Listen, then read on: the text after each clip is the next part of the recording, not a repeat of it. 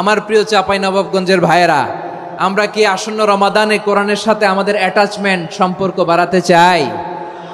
চান সবাই? আপনি কি জানেন কোরআন নিয়ে কোন ফেরেশতা পৃথিবীতে এসেছিল? জানেন ফেরেশতার নাম কি বলেন তো? জিবরিল আলাইহিস সালাম। একটু খেয়াল করে শুনেন, কান দুটো খরগোশের কানের মতো খাড়া করে আমার দিকে তাকান। সাইয়েদনা জিবরিল কোরআন নিয়ে এসেছেন, ফলে উনি হয়েছেন শ্রেষ্ঠ ফেরেশতা। বিশ্ব নবীর উপর কোরআন নাজিল হয়েছে, তাই তিনি হয়েছেন শ্রেষ্ঠ নবী। রমাদানে কোরআন নাজিল হয়েছে, তাই রমাদান হয়েছে শ্রেষ্ঠ মাস। কদরের রাতে কোরআন নাজিল হয়েছে, তাই কদর হয়েছে শ্রেষ্ঠ রাত।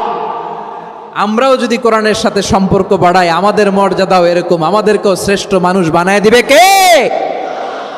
এজন্য কোরআনের সাথে সম্পর্ক বাড়াইতে রাজি আছেন তো?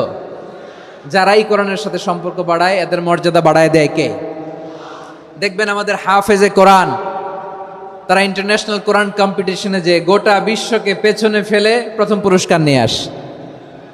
এত ছোট ছোট বাচ্চা, ও সমাজ বোঝে না, রাজনীতি বোঝে না, টাকা পয়সা বোঝে না, কিচ্ছু বোঝে না, কিন্তু গোটা বিশ্বে ওকে সম্মানের চেয়ারে আসীন করেছে কে?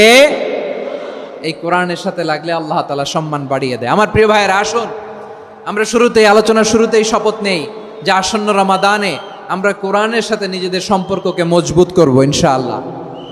সবাই বলুন ইনশাআল্লাহ।